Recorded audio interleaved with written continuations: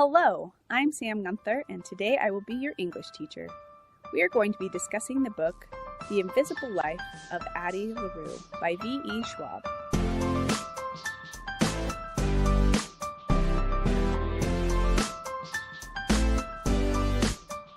Addie, a free-spirited young woman living in France during the late 1600s, is forced to marry a man that already has 4 children because it is seen as her duty to do so. She has seen other women get married and have kids, and this life does not seem like it's hers. She would rather be like her free-spirited friend Estelle, who answers to no one and gets to live life in her own way. So when offered the chance by the darkness to escape her marriage, she jumps at the chance with little thought to the consequence. This is a beautiful book with excellent prose and wit. I love the time jumps and the contrasts between Addie's 2 romantic entanglements. So let's dive into the plot. While I was pondering which of the sub-conflicts was the main conflict. However, what I landed on as the main topic is, who is Addie Larue and what does she want? This is a conflict of identity. Sure, there's a lot of romance and art, but if we look back at the deal, she almost didn't get it because she didn't know what she wanted. And at the climax, we see that she's finally able to figure out what she truly wants. So knowing this, let's unpack the plot. In the exposition, we meet Dallin Larue. She is a girl much like Belle, who is thinking there must be more than this provincial life. Addie is the daughter of an artist who travels for a living to neighborhood cities. From a very small town and a very Christian background, Addie dreams of getting away and finding something more. The author uses a mix of pathos and kairos to engage the audience. An example of pathos is that Addie is a dreamer. This is relatable to most of us. We have all had dreams, and sometimes they go our way, and sometimes they do not. We've all known someone like Addie who is trapped in a situation they don't want to be in, and that makes us feel for her as well. The author uses kairos in the modern sentiment of not wanting to settle down and have a family. Addie would fit in with a group of modern women, which plays more to a modern audience and helps us connect with her. Another thing we see in the exposition is there is the setup of gods. We see 2 different types of gods, the gods that's in Addie's parents' church and the old gods in the old world. Since gods play a major role in this book, I think it's important that Schwab starts us off with this comparison. The last part of the exposition is the deal. In this scene, Addie flees her mother and father and runs into a clearing. She kneels down to pray to anyone who would listen. Unfortunately, the God who listens is cruel. He's willing to make a deal with her. In her desperation, Addie gives up her identity so that she doesn't have to marry this man. What is interesting about the conversation Addie has with the darkness is that Addie doesn't truly know what she wants. I would imagine most people who make a deal with the devil know exactly what they want and how much time they will need to complete it. However, Addie is able to make an open-ended deal because she is not certain what she wants, and that is fascinating. Moving to the building action, there are 2 main plots in this novel. There is a plot with Henry in the modern day, and there is everything else that builds up to that moment, which we will call her relationship with the darkness. I think the best way to analyze this plot is by looking at it chronologically, even though the book is not written chronologically. I love how the author chooses to give us information about Addie and the darkness, and how their romantic entanglement is explored near the end of the novel. At the beginning of her curse, Addie struggles to figure out how to survive. She finds that her body has grown tired and hungry, but she also doesn't grow thinner. If she gets blisters, they are gone the next day. So while normal ailments torture her, she remains in the same state her whole life. In her first year of her curse, Addie struggles to figure the ins and outs of what she can and cannot do. She has to survive by stealing, and ultimately she chooses to sell her body. At the lowest point, she's on the street in the dead of winter as she watches those around her die. In that moment, she almost dies herself, but she cannot. However, she's finally able to figure things out. Addie is resilient, and although she isn't quite sure what she needs, she's willing to fight to figure it all out. Because of Addie's curse, she's able to see many important events and movements in the world. We see her at French salons during the French Revolution, in Germany during their Cultural Revolution, in Italy during the Enlightenment, and in England right before the 21st century. In each of these movements, we see Addie taking it all in and learning. One moment that is particularly important is when she sees the darkness in the French salon. While Addie had seen the darkness a few times before, this time is unexpected, and he's almost angry with her. However, she does learn something important from him. Here's a quote. "They will not remember you, of course, but ideas are so much wilder than memories, so much faster to take root. It'll be 50 years before she realizes he is right. Ideas are wilder than memories, and she, too, can plant them." From this quote, we see that Addie has learned one of the loopholes of her curse. This is important because one of the reoccurring ideas in this book is, do you even have a purpose if no one remembers you? In this way, Addie is able to fight her curse and defy the darkness. Another scene I would like to look at happens between Addie and the darkness on her 100th anniversary. The darkness comes to Addie almost every year and tries to get her to quit and give up her soul. However, he eventually starts taking an interest in more than just her soul. He tells her that he watches her and finds her interesting. On her 100-year anniversary, Addie returns to her hometown and finds it very changed.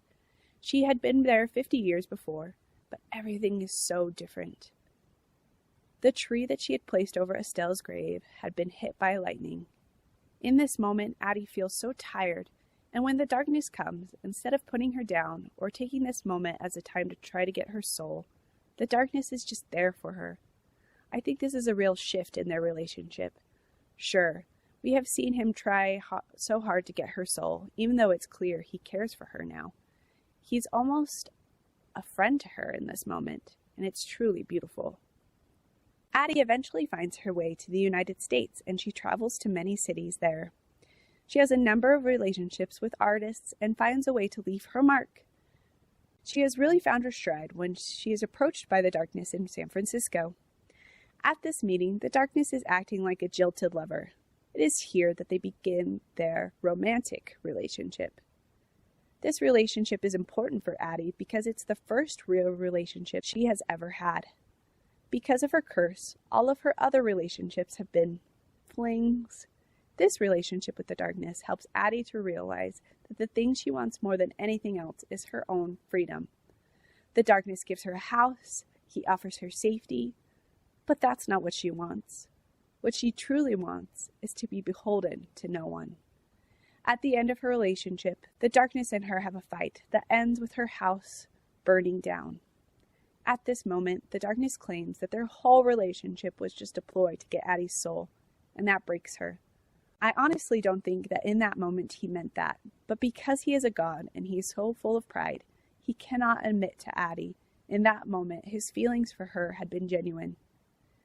So now let's jump to present-day New York. Addie has not seen the darkness in 40 years, and she has been living in New York most of that time. While wandering around New York, she sees a bookstore that she's never seen and decides to go in.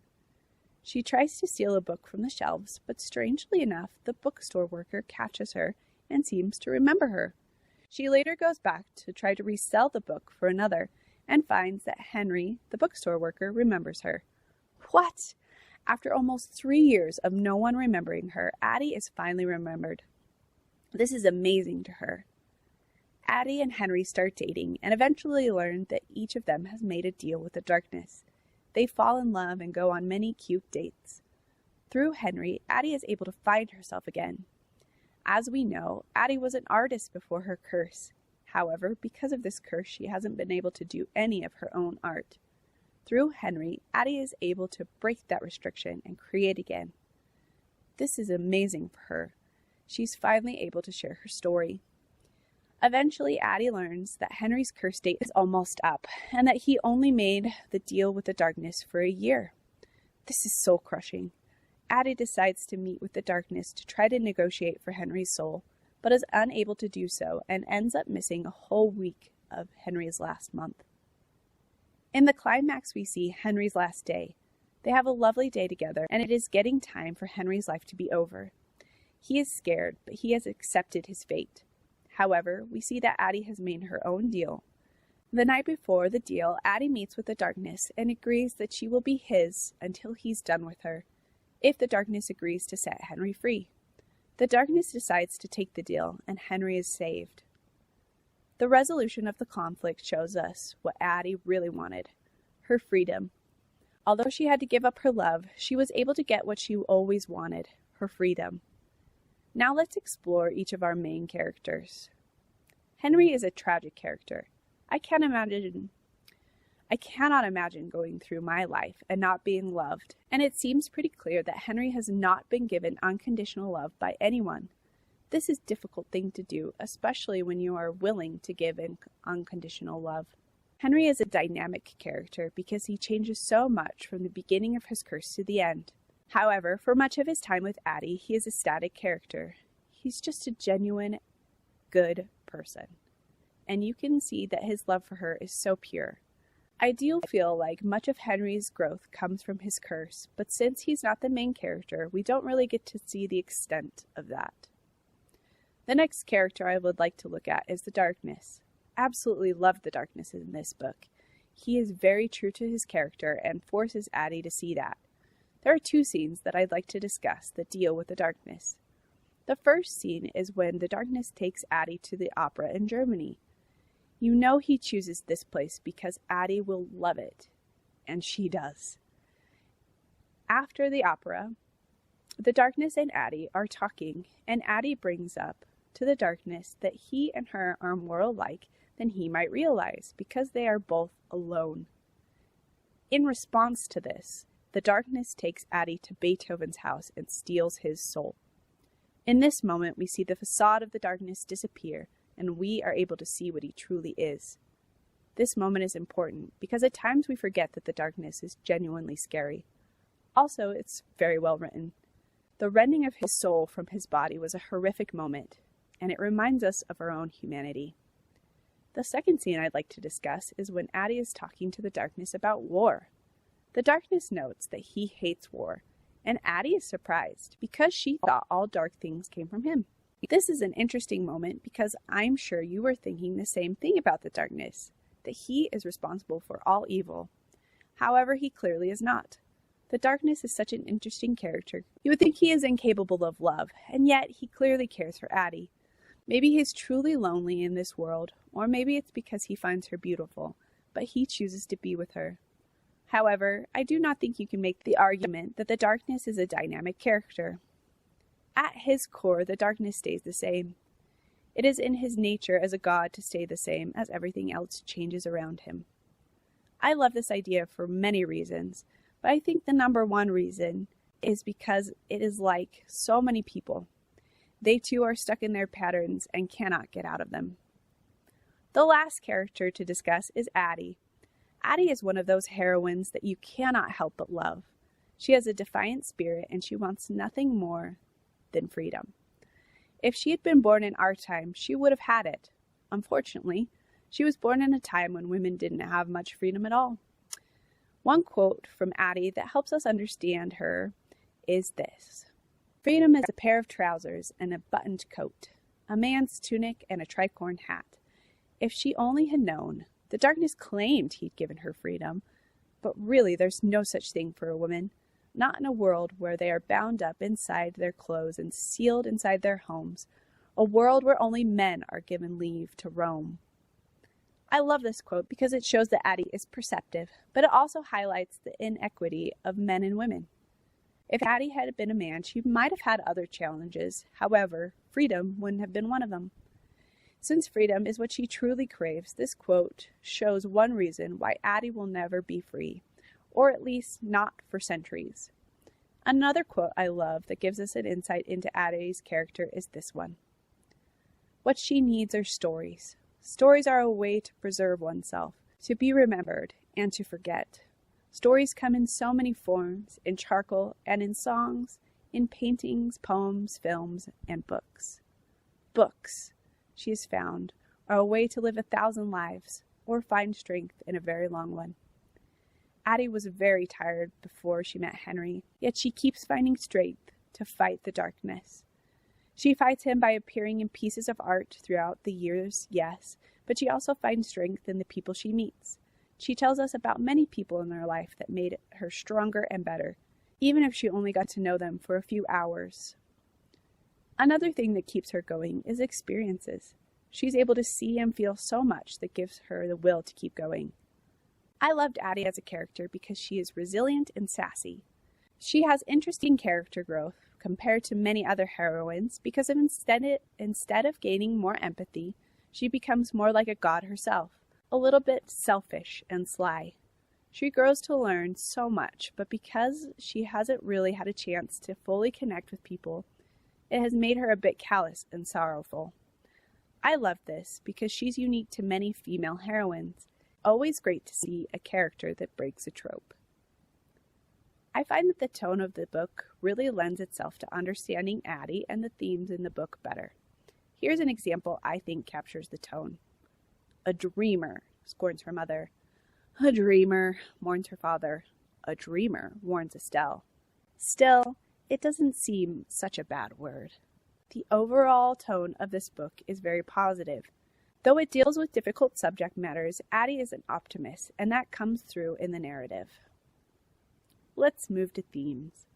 The first theme I would like to discuss is freedom. Here's a quote in the book that captures freedom. Adeline has decided she would rather be a tree, like Estelle. If she must grow roots, she would rather be left to flourish wild instead of prune. Would rather stand alone, allowed to grow beneath an open sky. From this quote we learn that being able to make choices for yourself and being beholden to no one is true freedom. This is the thing that Addie wants in her life, and although it takes her over 300 years to see it, when she realizes it, she's willing to give up everything to get it. There are two symbols in this book that represent freedom and Addie's lack of freedom. The first symbol is the bird. At the beginning of the story, Addie takes a carved bird from her father's workshop. The bird represents freedom, and while at the time Addie didn't know that's what she wanted, maybe this is a way of showing her subconscious thoughts. Opposite of the bird is the ring the darkness gives her. The darkness probably thinks that the ring gives Addie power, when it really is a symbol of her bond to him. This is something she is desperate to get rid of. The next theme in this book is religion. Here's a quote that shows this theme. The old gods may be great, but they are neither kind nor merciful. They are fickle, unsteady as the moonlight on water, or shadows in a storm. If you insist on calling them, take heed. Be careful what you ask for. Be willing to pay the price, and no matter how desperate or dire, never pray to the gods that answer in the dark. Here's a second quote. This one's from the darkness. I am stronger than your god, older than your devil. I am the darkness between stars and the roots beneath the earth. I am promise and potential, and when it comes to playing, I divine the rules, I set the pieces, and I choose when to play. The gods in this book are very interesting. I'm really glad there was only one, because that's all we can handle. But I did enjoy Addie's dance with the darkness. I think that the overall take from this topic is yes, there are gods in this world, but people make their own fate. There are two love stories in the book. One is very toxic and the other is very pure. Henry and Addie have such a beautiful relationship. However, I do think Addie did not like Henry as much as Henry loved Addie. Henry gives up his time and his hands to help Addie tell her story and find her place. And Addie, while she deeply cares about Henry, ultimately she gives him up so that she can be free. Now you can argue with me, but ultimately I think that after 300 years of living, Addie has become more like a god in her thinking, and she has become very selfish. Addie's relationship with the darkness is so interesting. He's too proud to admit that he loves her before it's too late. I do think that Addie will never forgive the darkness, and she's too enchanted with her own freedom to find love with either of these men. So I think the main takeaway for love is there are many types of love in the world, but the most important love comes from knowing and loving yourself. All in all, I would give this 5 out of 5 stars. The characters were lovable, and the writing was enchanting. I love the duality in this book, and the overall message is learned.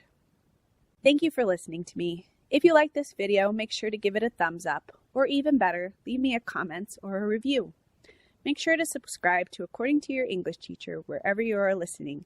This is zero cost to you, but makes a huge difference to all of us. Also, please let me know what book you would like me to do next. I would love to do a book that you connect with as well. I'd like to leave you with a quote. "Nothing is all good or all bad," she says. "Life is so much messier than that." Once again, I am Sam Gunther, and this has been According to Your English Teacher. Happy reading, everyone.